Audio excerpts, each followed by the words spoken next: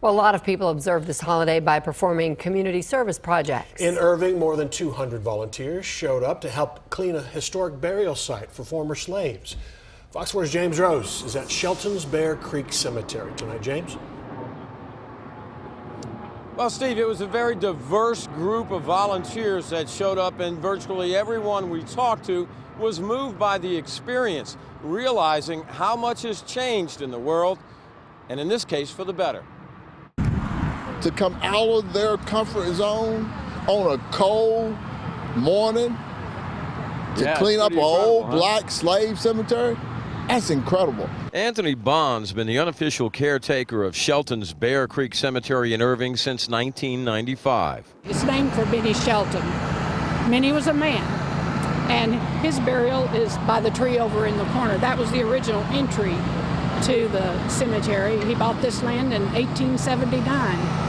And he was a freed slave. Sherry Johnson, a researcher and genealogist, says slaves and former slaves began being buried here around 1845 and continued well into the 1950s.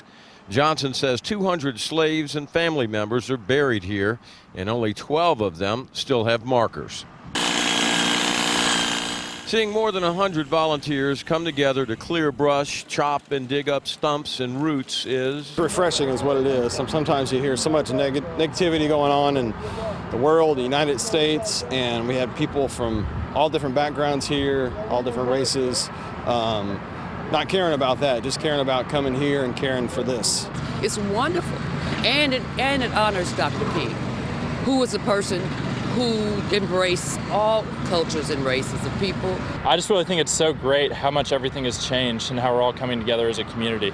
I feel good because all these people are out here helping for something that they weren't even alive for. It's an old African word.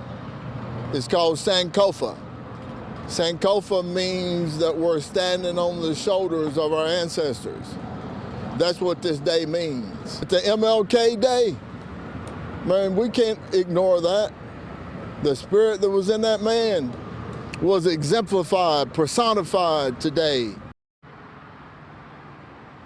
That was Anthony Bond. He is the caretaker of this, and for the last 20+ years, he's been the unofficial caretaker. He says this is one of the largest turnouts he's seen in all that time.